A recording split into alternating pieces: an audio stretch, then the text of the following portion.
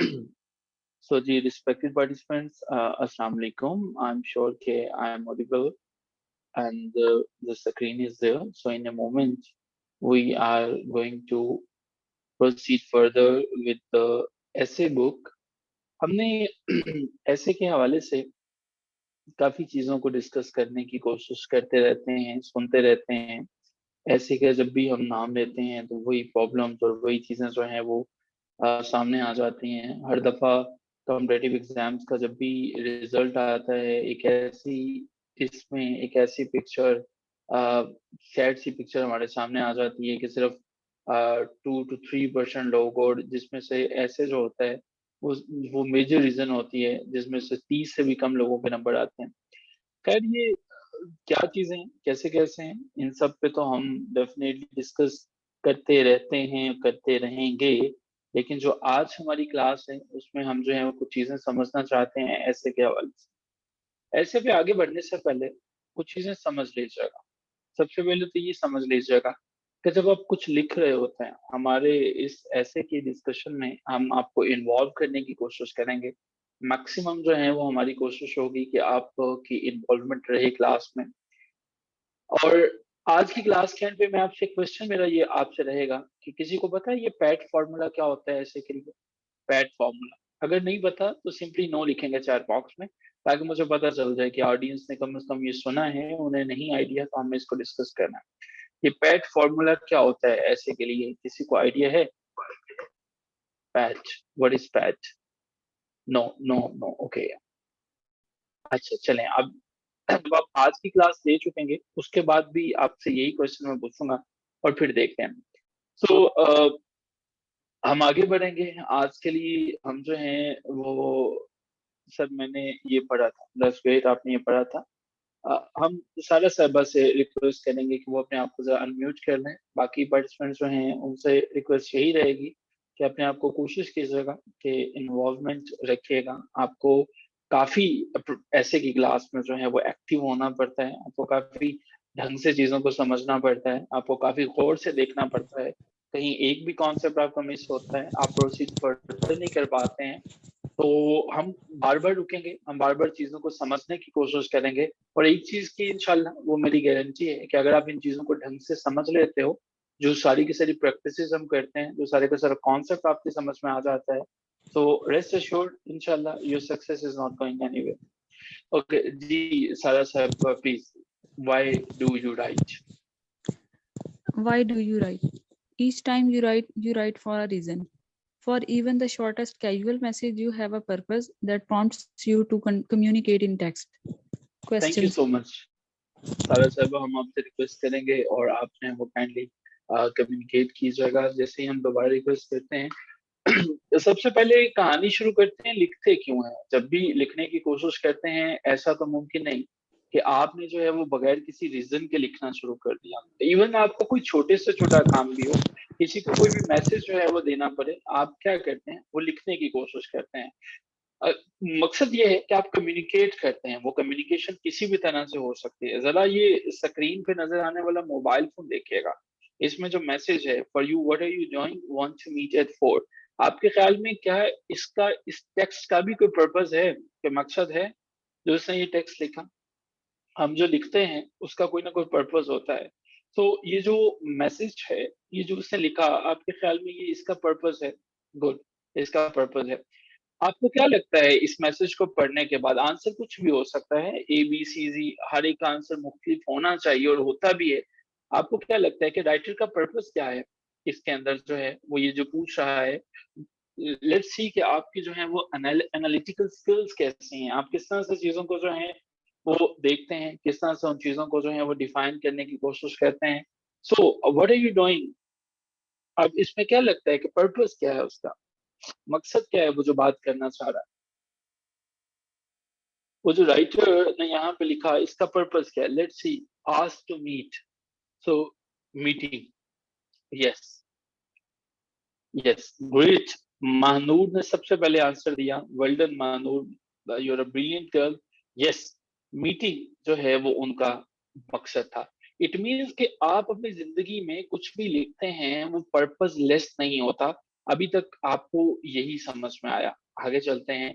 अब मुझे ये बताइएगा कि ये मैसेज आपके सामने लिखा हुआ है, और इस मैसेज के अंदर कुछ चीजें हैं जो डिटेल्स है, हमने देखने की कोशिश करनी है। कुड ही और she have more than one purpose, if so what are they? इसको पढ़ने के बाद जरा इसका एनालिसिस कीजिएगा, क्या उसका एक ही मकसद है या आपको लगता है कि इससे ज्यादा है? एक ही मकसद है, दो? अगर दो हैं तो वो कौन से हैं? दो मकसद हैं, आपका गेस क्या हो सकता है? एक एक गेस जो है वो क्या है? पहले में वो ये पूछता है कि तुम कर क्या रहे हो उस वक्त पे, इसका मतलब है उससे कोई काम है। तो हमारा ये गेस है कि उस वक्त जो है वो कुछ और कर रहा है। अब मुझे ये बताइएगा कि दो लाइनों के अंदर लिखे गए इस मोबाइल के अंदर मैसेज में आपको कौन से दो वर्ड्स ऐसे हैं जो पर्पस बता रहे हैं? दो वर्ड्स, टू वर्ड्स जो हैं जो पर्पस बता रहे हैं, वो कौन से हैं?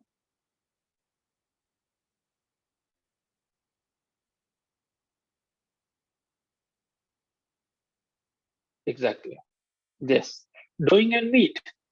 हमें ये समझ में आ गया कि हम जब भी अपना ऐसे भी लिखेंगे तो हमें किसी न किसी पर्पस या मकसद को फॉलो करना पड़ेगा, और वो मकसद और पर्पस क्या हो सकता है? एक से ज्यादा भी हो सकता है। चलिए, ये बड़ी इंटरेस्टिंग बात थी जो हमने समझने की कोशिश की। थोड़ा सा और आगे चलते हैं और कुछ चीजों को जरा डिफरेंट पॉइंट ऑफ व्यू से समझने की कोशिश करते हैं। अभी तक अगर इस एक्टिविटी की आपको समझ में आ गया है तो आपने बहुत अच्छा समझ लिया कि आप लिखते क्यों हैं, आपको ऐसे लिखने के लिए क्यों दिया जाता है, और पैट फार्मूला क्या है, इसके ऊपर हम डेफिनेटली बात करेंगे। बट बिफोर दैट, इसको समझने की कोशिश कीजिएगा कि people tend to plunge directly into writing without consciously thinking about their purpose or purposes। लोग क्या करते हैं, जब वो ये सोचते नहीं है और सोचे बगैर लिखना शुरू कर देते हैं, जब वो सोचे बगैर लिखना शुरू कर देते हैं, ये क्या आ गया, इसको खत्म करते हैं। जब वो सोचे बगैर लिखना शुरू कर देते हैं तो क्या होता है कि उनके जो आइडियाज, उनके जो ख्यालात है, सारे के सारे स्कैटर्ड अप हो जाते हैं। उन्हें पता नहीं चलता कि वो किस लिए लिख रहे हैं और क्यों लिख रहे हैं। चलिए जरा इससे आगे चलने की कोशिश करते हैं और जरा समझने की कोशिश करते हैं। बाय द वे, जब तक हम आगे चलते हैं, एक छोटा सा क्वेश्चन मेरा आपसे, और वो मेरा क्वेश्चन ये होगा, आप मुझे ये बताएंगे एक्टिविटी 2 के अंदर जो है, और एक्टिविटी 2 में मेरा क्वेश्चन ये है, ये एक ईमेल है, एक ईमेल है जो कि एक डेफिनेटली स्टूडेंट की तरफ से लिखी गई है। आइए इसको जरा पढ़ने की कोशिश करते हैं। एक्टिविटी है, उन्होंने अपने प्रोफेसर है वो एक ईमेल भेजी है, और ये ईमेल है बेसिकली, इसका सब्जेक्ट है असाइनमेंट। सो हम इस ईमेल को पढ़ के समझने की कोशिश करते हैं, और फिर बाद में देखते हैं कि हमें किस तरह से अपनी टून को, हमें किस तरह से अपने इफेक्टिवनेस को, हमें किस तरह से फॉर्मेलिटी को, हमें किस तरह से अपने ऑडियंस को, हमें किस तरह से अपने सीएसएस के ऐसे में इन तमाम चीजों का ध्यान रखना होता है। तो यस प्लीज, मिस सारा। Okay, sir. From Tamira Swain to Professor Marion Taylor, subject assignment. Hello, Marion. I have missed 2 classes, so I am missing two assignments. One was the writing sample and the research sources chapter 1 group assignment. I need to be put into a group as well. I wanted to know if I was still able to do the writing assignment. Thank you so much for your time. I will make sure I am in class on time, Tamira. Thank you so much. अवल, आप अभी हम आगे बढ़ने से पहले मुझे सिर्फ ये बताइएगा कि क्या ये एक फॉर्मल ईमेल है या इनफॉर्मल ईमेल है? ये जो टैमिरा सवेन ने प्रोफेसर मैरियन टायलर को ईमेल लिखी, क्या ये फॉर्मल है या इनफॉर्मल है? सिर्फ ये बताना है आपने। हाँ, ठीक है, फॉर्मल है, किसी हद तक फॉर्मल है, दो के कुछ एलिमेंट्स उन्होंने फॉलो नहीं कर सके। अच्छा, मुझे ये बताइएगा कि राइटर का पर्पस क्या है इस ईमेल को लिखने का? पर्पस क्या है जी, राइटर क्यों लिख रहा है ये ईमेल? हम जिन्होंने अभी हमें लेट ज्वाइन किया है, हम कॉम्पिटेटिव एग्जाम्स में ऐसे राइटिंग की बेसिक से शुरू किया है, वो चीजों को समझने की कोशिश कर रहे हैं। तो अभी हमें जो है वो पर्पस समझना है। एक ईमेल है, एक स्टूडेंट जो है वो टैमिरा ने लिखी अपने प्रोफेसर के नाम, प्रोफेसर मैरियन के नाम। पर्पस क्या है? तो पर्पस बताना है, asking to be put in a group. क्या इनका एक ही पर्पस है या एक से ज्यादा पर्पस है? ये भी बताइएगा, क्या इनका एक पर्पस है या एक से ज्यादा पर्पस है? पर्पसेस हैं and still want to write, that's great. अच्छा मुझे ये बताइएगा, ये आपने जो दो पर्पसेस इसमें से मेंशन किए हैं, क्या पहला पर्पस जो है वो इम्पोर्टेंट है दूसरे से? कौन सा पर्पस जो है वो ज्यादा इम्पोर्टेंट है? कौन सा पर्पस जो है वो ज्यादा इम्पोर्टेंट है? सो हमारे पास जो है वो getting permission from professor, that's great. Well जी, हम जो हैं इन तमाम चीजों को जिस तरह से इनका एनालिसिस करने की कोशिश कर रहे हैं। अब ये देखिएगा, क्या आपको लगता है, एक एक एक क्वेश्चन मैं आपसे पूछना जा रहा हूँ और वो क्वेश्चन आपको काफी हेल्प आउट करेगा। क्या आपको लगता है ये जो आखिरी क्वेश्चन है हमारा, कि जिसमें हमारे पास जो इन्होंने क्वेश्चन लिखा, how would you respond to this message if you were Tamira's instructor? क्या आपको लगता है कि अगर आप जो हैं वो इसके इंस्ट्रक्टर हैं तो आप कैसे रिस्पॉन्ड देंगे? ये इसका आंसर अभी हम आपसे नहीं लेंगे, लेकिन अभी आप सोच लीजिएगा। तो जी ऐसे के बारे में, खुसूसन कॉम्पिटिटिव एग्जाम्स का जो ऐसे होता है उसके बारे में, ये ऐसे कैसे लिखेंगे कैसे? सबसे पहले मुख्तलिफ चीजें आपकी नजर से गुजरती हैं, आप देखते हैं। अ, ऐसे के बारे में एक चीज याद रखिएगा, मैं इसको हाईलाइट भी कर देता हूँ आपकी आसानी के लिए। ऐसे हमेशा आपका जो है वो स्ट्रक्चर होना चाहिए, पहली चीज उसके अंदर जो होगी, करेक्टली उसको स्ट्रक्चर होना चाहिए। एक ऐसा ऐसे जिसका स्ट्रक्चर हो। अब ये स्ट्रक्चर क्या होता है, इस हवाले से परेशान होने की भी जरूरत नहीं है, लेकिन एक चीज याद रखेंगे, ऐसे को स्ट्रक्चर्ड वे में होना चाहिए, वेल सपोर्टेड ऐसे होना चाहिए। और ये क्यों होना चाहिए? ताकि अब पता चल सके कि किस तरह से मोर इफेक्टिवली आप प्रॉब्लम को सॉल्व कर सकते हैं। अब सीएसएस या पीएमएस के पेपर में हमें ऐसे लिखने के लिए जो दिया जाता है वो दिया क्यों जाता है?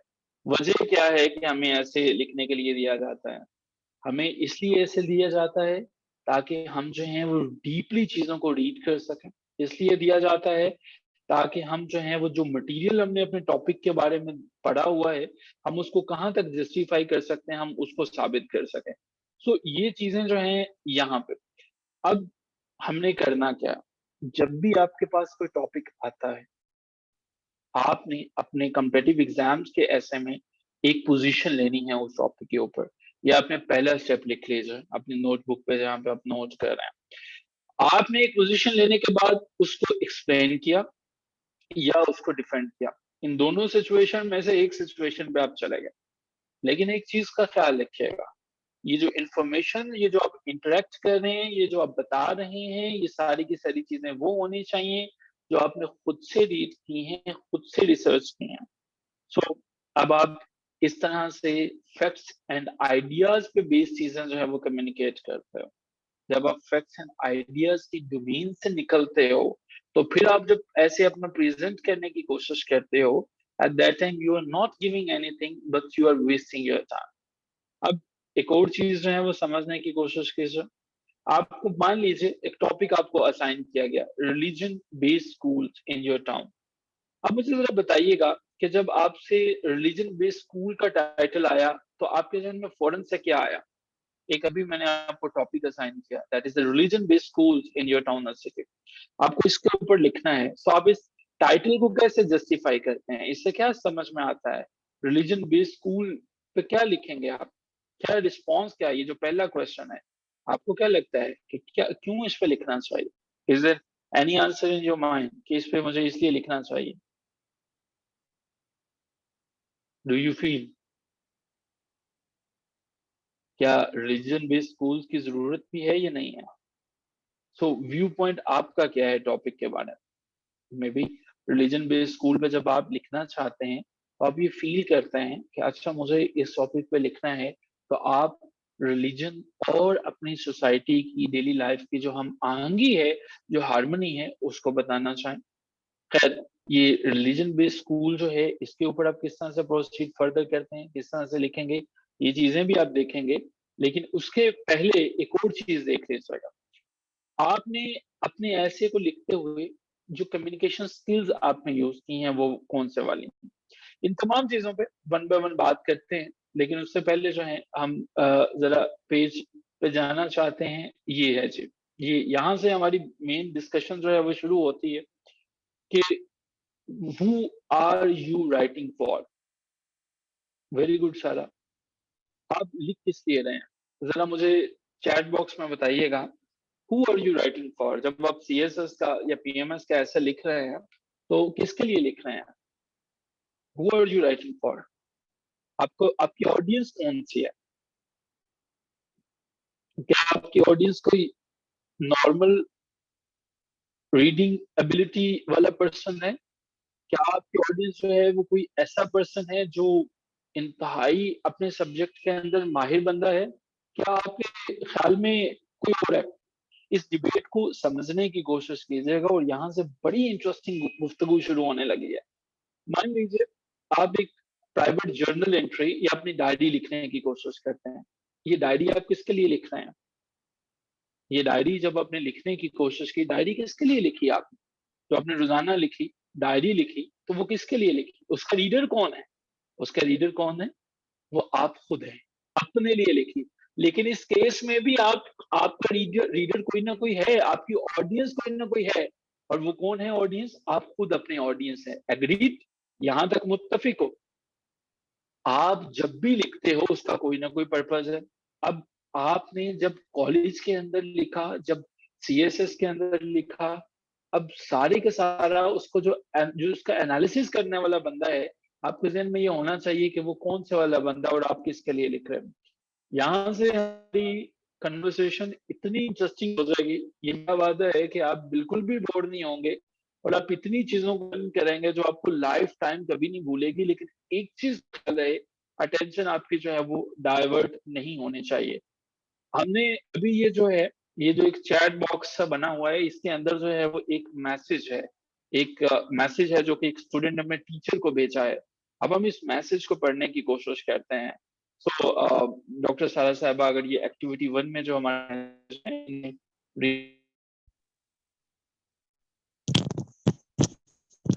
सर ये एक्टिविटी साइड जो है इसमें, जी, जी। hey Pete, what's up? I know I'm not doing the best in your class. You haven't seen me in a while, but I really think you're a great professor anyway. Can I get the last four assignments in before exams next week? I'll try to come by your office sometime and thanks, Tony. तो क्या लगता है आपको, ये जो tone है Tony साहब की, ये फॉर्मल है, इनफॉर्मल टोन है? जो टोनी ने अपने टीचर को लिखा, उसने लिखा कि you are a great professor anyway. तो क्या आपने कभी अपनी जिंदगी में हिम्मत की वैसे कभी अपने प्रोफेसर साहब को इस तरह से कोई मैसेज करने की? क्या I know I am not doing the best in your class? Formal है। एक और चीज नोट करनी, जो हम आपके पीएमएस पेपर को चेक करते हुए नोट कर, जरा ये नोट कीजिएगा कितनी दफा इसने आई यूज किया। हे पीट, आई नो, आई एम। जरा देखते हैं कौन सबसे क्विकली गिनता है। कितनी दफा इन्होंने वर्ड आई को यूज किया, कितनी दफा इन्होंने अपनी तरफ रिफर बैक किया, जरा देखने की कोशिश कीजिएगा। सो कितनी दफा हमारे पास, पहले देखिएगा, पहले आइडेंटिफाई करते हैं। यस, हमारे पास ये तकरीबन 7-8 टाइम्स यूज किया। अब देखिएगा, अब मुझे ये बताइएगा, पहले क्वेश्चन का मुझे आंसर दीजिएगा कि टोनी जो है इसकी ऑडियंस कौन है? टोनी की ऑडियंस कौन है? टोनी की ऑडियंस कौन सी है जी? मैंने अभी आपको बताया, टोनी के प्रोफेसर है। तो क्या एक इंस्ट्रक्टर के बाद जो टोनी ने ये है, फ्रॉम यू, क्या आपको लगता है कि वो इसके ऊपर अमल करेंगे जो इन्होंने लिखा? Can I get the last 4 assignment sheets from you? आपको लगता है कि ऐसा होगा? नहीं होगा, बिल्कुल नहीं होगा। नईम साहब को क्लास में खुशामदीद। नईम साहब कहाँ रहे हैं आप? बिल्कुल नहीं होगा। इनफैक्ट हो सकता है कि टोनी ब्लॉक हो जाए और हमेशा के लिए ब्लॉक हो जाए। अब मुझे ये भी बताइएगा कि आपको क्या लगता है इस मैसेज में कौन-कौन सी ऐसी चीज़ें हैं कि एज़ अ प्रोफेसर, मान लीजिए आपको क्या लगता है कि आप किन चीज़ों का माइंड करेंगे? पहली पहली जो है वो पहली बात ज़रा वो बताइएगा। सिर्फ 2 बातें आपने आइडेंटिफ़ाई करनी है हर एक में। लेट्स सी, इनफॉर्मल टोन का माइंड करेंगे आप जो हैं, ठीक है? रेपुटेशन का माइंड करेंगे, वकास अनीस सब कहते हैं वो, ठीक है। तो मुख्तलिफ प्रोफेसर्स हैं आप सब, आपको ये टोनी ने, आपके स्टूडेंट नहीं, किसी ने ये टेक्स्ट भेजा, तो आप जो है वो किन किन चीजों का माइंड करने जा रहे हैं कि ये उसने जो टेक्स्ट भेजा इसको किस कॉन्ट्रैक्शन का सारा माइंड करेंगे, इनफॉर्मल टून का माइंड करेंगे। Saeeda Jamila, that's great, okay. चलिए बोल्ड फेवर्स के, ठीक है, दैट्स ग्रेट। सारा का एनालिसिस बहुत अच्छा है, इन्होंने शेयर किया। ज़हन में बड़े अच्छे आंसर्स हो सकते हैं इसके, लेकिन मुझ पर टाइप करोगे जब आप लिखोगे, अगर आप नहीं लिखोगे नहीं ना, तो वो अजीम ख्यालात जो हैं वो शायद यहीं पे, यहाँ पे कहीं पे शेयर ना हो सकें, ठीक है। तो अगर आपको लिखना पड़ेगा, only then I will know कि आप जो हैं वो समझते हैं, कुछ डिस्कस करना चाह रहे हैं, ठीक है, आप कुछ जो है वो बताना चाह रहे हैं। अब जो है फैक्टर ऑफ डिसोबीडियंस, अब हम थोड़ा सा मूव ऑन करते हैं यहाँ से आगे। अब जरा टोनी का पर्पस क्या है, ये सारी की सारी जो बात है हमारे पास, टोनी का पर्पस क्या है। हम कॉम्पिटिटिव एग्जाम्स में ये समझने की कोशिश करते हैं कि जब आप लिखते हैं आपकी ऑडियंस कौन सी है, आपका मैसेज क्या है, आपका पर्पस क्या है, आप किस तरह से उसको इवेल्युएट किया जाता है। टोनी का पर्पस क्या है, टोनी क्या चाहता है यहाँ पे, ये जो हमारे पास अभी हमने एक एक्टिविटी की, इसमें जो है वो एक फेवर चाहता है कि असाइनमेंट लें। आपको क्या लगता है कि कितने चीजें 100 उसको ये मिल जाएगी, ये जो आपने अभी एनालिसिस किया, कितने परसेंट चांसेस हैं कि टोनी को ये फेवर मिल जाएगी, उसको ये फेवर मिल जाएगी। क्या आपको लगता है 100%, 10% है, 20% है, या 0% है कि उसको मिलेगी? सो बिल्कुल ऐसा ही है। सो एग्जैक्टली हमारे पास इन सिचुएशन के अंदर जो है, जिसमें इस तरह की सिचुएशन है कि जिसमें हमें नहीं पता, उसकी बड़ी वजह यह है कि टोनी का जो सिचुएशन है वो ये। अब ये सारी की सारी एक्टिविटी हम जो है वो रिलेट करते हैं आपके कंपेटिटिव, ये जो सारे के सारे मैसेजेस हैं, पहला इसकी टोन है। जब आप बात करते हैं किसी को, जब आप बताते हैं किसी को, आपकी टोन मैटर करती है। सीएसएस का पेपर इवैल्यूएट करने वाला आपका दोस्त नहीं है। सीएसएस का पेपर इवैल्यूएट करने वाला कोई ऐसा नॉविस नहीं है, बच्चा नहीं है जिसकी टोनी की तरह। डेफिनेटली हमारे चांसेस हैं कि हमारा पर्पस जो है, हमारा पर्पस क्या होता है, सीएसएस को पास करना। हम अपने पर्पस को नहीं लेके जा सकेंगे आगे। तो ये प्रॉब्लम था क्या क्या, पहले भी इनफॉर्मल, टोनी ने अपने ऑडियंस को नहीं समझ सका। सीएसएस में आपने अपने टॉपिक को देखा, आपको अपने ऑडियंस को समझना है कि पढ़ने वाला कौन सा है। अगर पढ़ने वाले को आप ट्रीट करेंगे उस तरह से कि जो मर्जी लिखते चले जाएं, उसको कौन सा पता चलेगा, ये वो माइंड नहीं करेगा, तो ये गलत है। दूसरे नंबर पे टोनी ने जो वर्ड्स किए वो बिल्कुल ग्रामर से हट गया। उसकी उसके जो आई का सीगा है वो हम तरफ इशारा, ये चीजें तो मुश्किल हो रही हैं, हम इसको आसान कैसे कर सकते हैं। चलिए इसको आसान करने की कोशिश करते हैं, और मैं समझाता हूँ सादे लफ्जों। देख, ये बड़ी मैटर करती हैं, ऑडियंस फोकस एंड टोन। जब भी आप लिखने की कोशिश करते हो, बड़ी सादा लफ्जों में ये बात लिखी हुई है, आप अपने ऑडियंस पे फोकस करें, विजुअलाइज करें। इंसानों को अल्लाह ने एक बड़ी खूबी दी है, यहाँ पे बैठे बैठे हम लोगों के बारे में सोच सकते हैं, हमारी आंखों के सामने पिक्चर्स मूव करना शुरू हो जाती हैं, हमें लोग नजर आना शुरू हो जाते हैं। तो आपने जब भी जिसके लिए लिखते हो, ऑडियंस का कभी आप जहन से नहीं भूलोगे कि आपका ये ऐसे जिस बंदे ने पढ़ना है उसे अपनी सब्जेक्ट के ऊपर इस हद तक ग्रिप है कि आप जो है वो इधर से उधर डेविएट नहीं कर सकते। आपका ऑडियंस जो है वो आपकी प्राइमरी फोकस होना चाहिए। दूसरे नंबर पे आपने ये भी देखना है कि आपका फोकस ये है कि पढ़ने वाला जो है वो समझ सके आपके आइडियाज को, और वो इतनी आसानी से समझ सके जितना मुमकिन है। आपने कॉम्पिटिटिव एग्जाम्स में कोई इतने बम्बास्टिक वर्ड्स नहीं इस्तेमाल कर देने कि इंस्ट्रक्टर को समझ ना आ सके, और इतने आसान और इतने क्लीशे यूज में, इतने आम से अल्फाज टाइम एंड अगेन यूज होने वाले, वो भी नहीं कर देने कि वो माइंड करे। ये हमारे पास दूसरी चीज है जो आपको समझनी है। इसके साथ साथ कुछ और भी है जो आपको समझना है, वो है जी स्टैंडर्ड इंग्लिश। टोनी ने स्टैंडर्ड इंग्लिश को यूज नहीं किया। अब स्टैंडर्ड इंग्लिश से क्या मुराद है, वो वाली इंग्लिश जो कि आपने और सीएसएस के एग्जामिनर के दरमियान कॉमन है, लेकिन भाई हमें कैसे पता चलेगा कि वो लैंग्वेज कॉमन कौन सी है? अच्छा जी, कोई बता सकेगा कि ये कॉमन लैंग्वेज कौन सी है जो सीएसएस का एग्जामिनर चाहता है? लेट्स सी कि कौन ऐसा जीनियस है जो बड़ा एक्टिव होके जिसने सब चीजों को जो है वो अटेंड किया है। कॉमन हमें कैसे पता चलेगा वो कौन सी लैंग्वेज है जो वो कॉमन है? क्या एफपीएससी बताती है कि उसको कौन सी जुबान चाहिए? फेडरल पब्लिक सर्विस कमीशन बताती है? इसका आंसर है yes. Federal public service commission आपको हर साल बताती है कि मुझे ये वाली लैंग्वेज चाहिए थी और ये वाली लैंग्वेज जो है वो बच्चों ने यूज की है, मुझे ये नहीं चाहिए थी। कितने लोग ऐसे हैं जिन्होंने रिपोर्ट को देखा? कितने लोग ऐसे हैं जिन्होंने हमारी तो वैसे डिजिटल लाइब्रेरी में भी वो रिपोर्ट पड़ी हुई है, जिन लोगों के पास उसकी एक्सेस है, हमारे सारे स्टूडेंट्स के पास।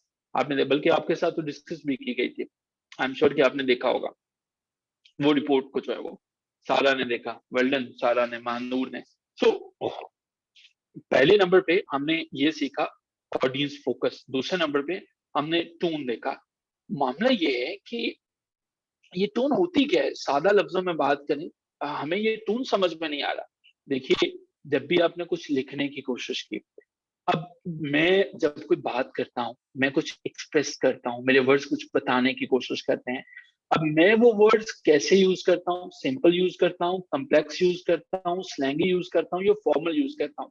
अब जब हमने ये प्रॉब्लम पैदा की, अभी हमने एक जो एक्टिविटी में देखा कि उसकी टोन ठीक नहीं थी, इसका मतलब उसके वर्ड्स या तो सिंपल थे, या कम्प्लेक्स थे, या स्लैंगी थे, या फॉर्मल थे। ये जूम की मीटिंग आपको पता है हमारी जैसे खत्म होगी तो उसी लिंक पे दोबारा क्लिक करके हम आ जाएंगे। ये 10 मिनट के बाद खत्म हो जाएगी, लेकिन वही लिंक हमारा सेम रहेगा, ठीक है? अच्छा जी। अब जो है, यहाँ तक तो चीजें वो हैं जो कि हमारी क्लियर हो गई। अब थोड़ा सा एक स्टेप और आगे बढ़िएगा।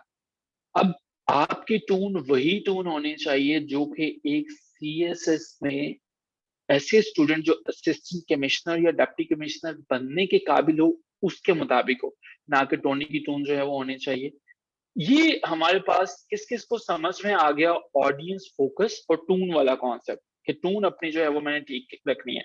जिनको समझ में आ गया वो जरा डन लिख दीजिए ताकि मैं यहाँ से आगे चल सकूं। डन, क्लियर है जी ये पॉइंट? ग्रेट। थोड़ा सा आगे चलते हैं। अब एक चीज समझने की कोशिश कीजिए। जरा मुझे ये बताइएगा, क्या एफपीएससी का एग्जामिनर या मैं जब पीएमएस के पेपर इंग्लिश के एवेल्युएट करता हूँ, क्या हमारी ये काबिलियत है कि हम आपके माइंड को पढ़ सकें? क्या हम आपके माइंड को पढ़ सकते हैं? सिंपली ये बताइए। एक बच्चा है, उसके दिमाग में बड़े अजीम आइडियाज हैं, तो क्या वो अगर नहीं भी लिखेगा तो क्या मुझे पता चल सकेगा उसके लिखने के बगैर ही कि उसके दिमाग के अंदर क्या था? अगर उसने उन आइडियाज को बताया ही नहीं, उनके बारे में मुझे कोई हिंट ही नहीं दिया, तो क्या मुझे पता चल सकेगा? नहीं पता चल सकेगा। मुझे तभी पता चल सकेगा जब वो उनको एक्सप्लेन करने की कोशिश करेगा इतने क्लियरली कि जहां मुझे ये पता चले कि अच्छा ये आइडियाज इसने लिए कहाँ से। मिसाल के तौर पर एक हमारे पास जो स्टूडेंट है, वो शॉर्ट स्टोरी का करेक्टर है। मान लीजिए कोई भी कहानी है, उसके अंदर वो कहता है जैसे Emily is a very disturb women. अब मैंने तो एमिली को पढ़ा हुआ है। मान लीजिए चूंकि मेरा इंग्लिश लिटरेचर और लिंग्विस्टिक्स का बैकग्राउंड है, आप में से कोई ऐसा पर्सन है जो एमिली को जानता है? Emily is a very disturb women. क्या आप में से कोई एमिली को जानता है कि एमिली कौन सी है, कौन सी खतून? नहीं जानते हैं।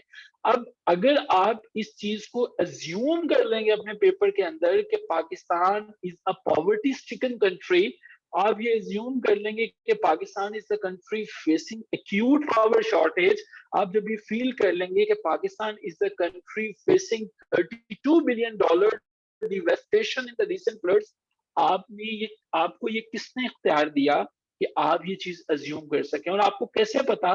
मुमकिन है कि मैं एज अ रीडर मुझे इंटरेस्ट ना हो इस चीज में, मुमकिन है मैं स्टैट्स को जो है वो, सो कुछ भी पॉसिबल है। सो क्या ये एक अच्छी आदत है कि अगर आप खुद से एज्यूम कर लें, जैसे इन्होंने कहा कि आपका जो पढ़ने वाला है वो बाय डिफॉल्ट इसको जानता है, और आप उसके बारे में बात कर सकें? नहीं, ये एक बिल्कुल अच्छी आदत नहीं है। कभी भी एज्यूम नहीं कीजिएगा कि आपका रीडर सब फैक्ट्स को खुद से जानता है।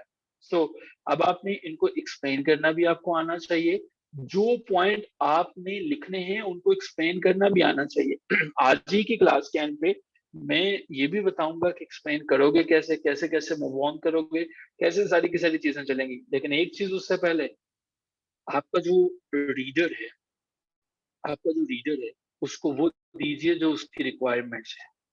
रिक्वायरमेंट्स पढ़नी है तो फेडरल पब्लिक सर्विस कमीशन की रिपोर्ट जो है, या पेपर, पेपर के ऊपर, ऐसे के पेपर के ऊपर उसने मांगा होता है कि मुझे ये वाला ऐसे चाहिए आपका। टॉपिक की बात नहीं कर रहा, उसने कुछ और लाइनें लिखी होती हैं, उनको भी जरा पढ़ने की कोशिश कीजिएगा। अब हमारे पास जो है वो ये देखिएगा, अगर आपने बड़े अजीम आइडियाज लिख दिए लेकिन वो टॉपिक से रिलेटेड ही नहीं, क्या उसके नंबर मिलेंगे? या उसको वो इवेल्युएट करेगा उस पेपर को जिसमें आपके आइडियाज ही रिलेटेड नहीं हो? अच्छा ये मुझे बताइएगा कि अगर जो है आपने अब क्या किया कि टॉपिक कोई और चूज किया, उसमें आप फैक्ट्स एंड फिगर्स जो है उससे रिलेटेड ही नहीं है, उसको बार बार जो है वो लेके आ रहे हैं, एक कोटेशन कुछ आपने याद करनी है, उनको घुसेड़ने की कोशिश कर रहे हैं, उनका आपको कोई बेनिफिट नहीं होगा, कोई नंबर नहीं मिलेगा, इसलिए आप ऐसा नहीं करेंगे। अच्छा जी, अब हमें ये समझने की कोशिश करते हैं। ऊपर हमने वो टोनी की वॉइस जो है वो उसमें आई को काउंट करने की कोशिश की थी कि टोनी जो उसने वो लिखा था, मैसेज लिखा था अपने टीचर को कि वो क्या है, वो बिल्कुल भी अच्छा नहीं था। अब हमने, सवाल ये पैदा होता है कि हमने करना क्या। देखिए, ऐसे का लिखने का मकसद ये होता है कि आपका देख सकें गोल क्या है। ऐसे का लफ्जी मतलब होता है ट्राई, कोशिश करना। एक कोशिश ये करते हैं कि आपने अपने रीडर को ये बताना है कि जी, जो सच है, जो टॉपिक के बारे में आपको पता है, आपने पॉइंट बाय पॉइंट उसको बताना है और उसको एक्सप्लेन करने के, अपने पॉइंट्स को क्लियर करने की, करके उसको समझाने की कोशिश करनी है। एक एग्जांपल से समझते हैं, ज्यादा क्लियर हो सके। मान लीजिए मैंने आपको एक टॉपिक दिया और वो मार्केटिंग, आप मुझे ये बताइएगा, मार्केटिंग जो है वो ये टॉपिक ब्रॉड टॉपिक है, नैरो टॉपिक है? ब्रॉड है, नैरो है मार्केटिंग? मैंने कहा सिर्फ मार्केटिंग पे लिखना है, ब्रॉड टॉपिक है, नैरो है? Broad, broad, very good, good. Okay, अब ये देखिएगा, मैं कह रहा हूं कि marketing to special interest groups, तो क्या अब ये टॉपिक नैरो डाउन हुआ?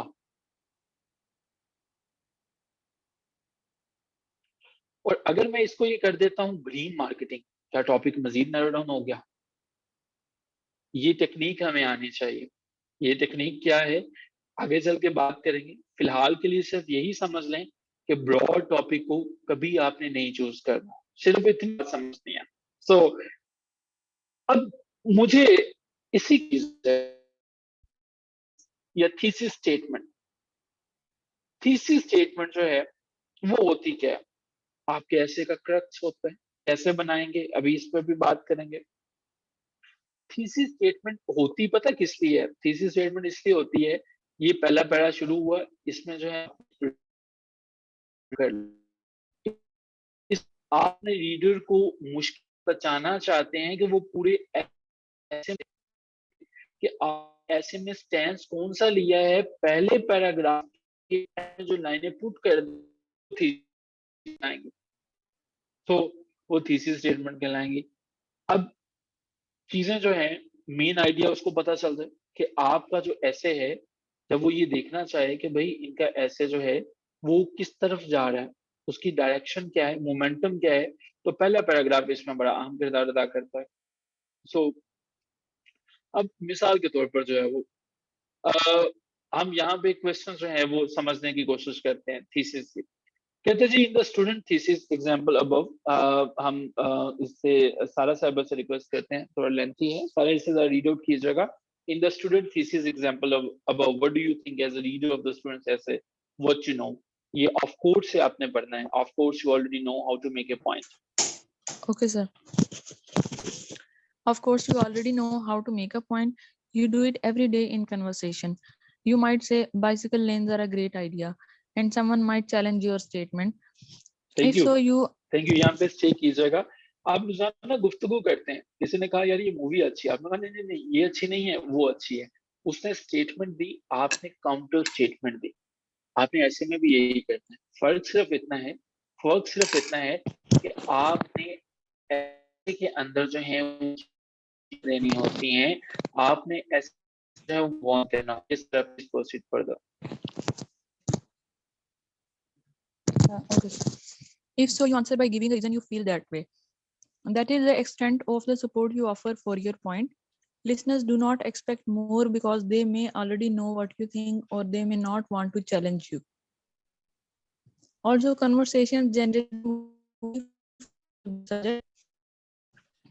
so no one expects long explanations.